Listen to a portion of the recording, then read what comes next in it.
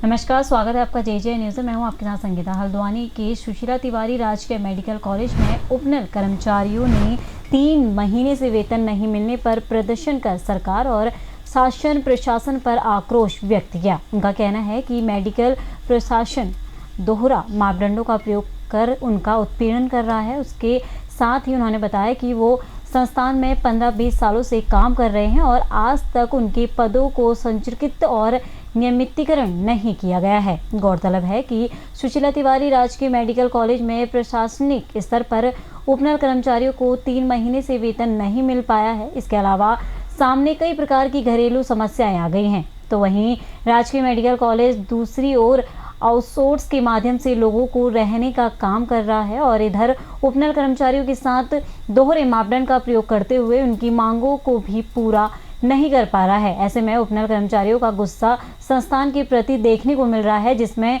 उन्होंने सरकार से भी अपनी समस्याओं को लेकर गुहार लगाई है और मेडिकल प्रशासन पर उनकी अनदेखी का आरोप लगाया है। सैलरी मिल पाई है, लेकिन वर्तमान में जो है हमें पिछले 3 महीनों से तनख्वाह नहीं मिली है, जिससे घर की जो है आर्थिक हर स्तर की जो है परेशानियां हमें हो रही हैं।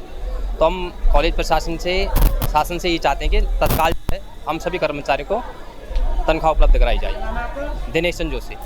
ये है, हम इसी तनख्वाह में यहाँ पे कार्य कर रहे हैं। कोई हमारे पास अलग से वो नहीं है, और जिसमें कि यहाँ पे हमारे पहाड़ों से आके किराए पे रह रहे हैं। किराए पर आके आज हमारी ऐसी दशा हो गई है कि मकान मालिकों के द्वारा कमरा खाली करवाने के लिए कहा जा रहा है, और स्कूलों में बच्चों की फीस नहीं भर पाने के कारण स्कूलों से बच्चों के नाम तक काटे जा रहे हैं। और ऐसी स्थिति आज हम लोगों की हो चुकी है और अल्प वेतन में हम लोग कार्य करने हैं। हम चाहते हैं कि हमारे पद सृजित करते हुए हमें यह सैलरी दी जाए। मेरा पूरन भट्ट।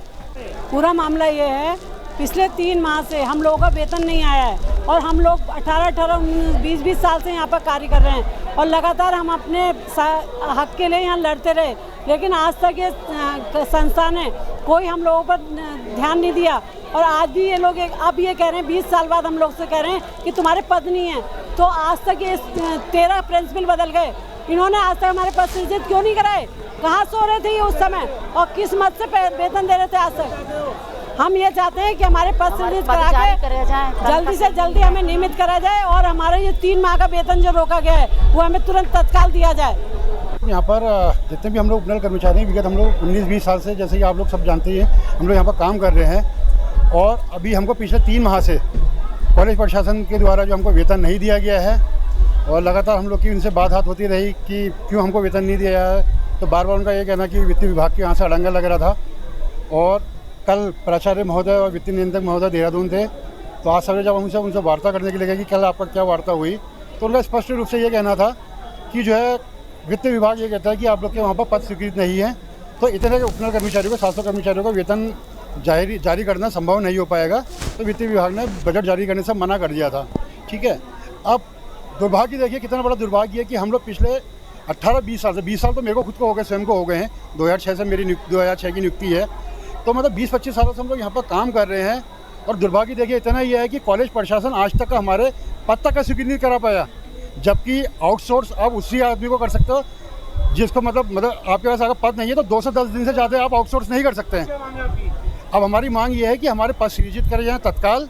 ठीक है, तत्काल हमारे पद सृजित करके हमको हमारी नियमितीकरण की प्रक्रिया गतिमान की जाए, और जो 3 माह का वेतन जो हमारा रुका है ये तत्काल जो है, क्योंकि देखिए अभी अप्रैल का सीजन था, बच्चों के स्कूल की फीसें देनी थी, लोगों ने अप्रैल की एनुअल चार्ज देने पड़ते हैं, वो बच्चों को दे नहीं पाए। फीस मई जून की फीस देनी होती बच्चों की, वो नहीं दे पा रहा कर्मचारी, और वह बहुत ही अल्प वेतन में यहाँ पर आदमी काम करता है।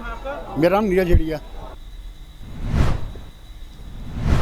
फिलहाल इस खबर में इतना ही। बाकी की तमाम खबरों के लिए आप बने रहिए जे न्यूज़ के साथ। धन्यवाद।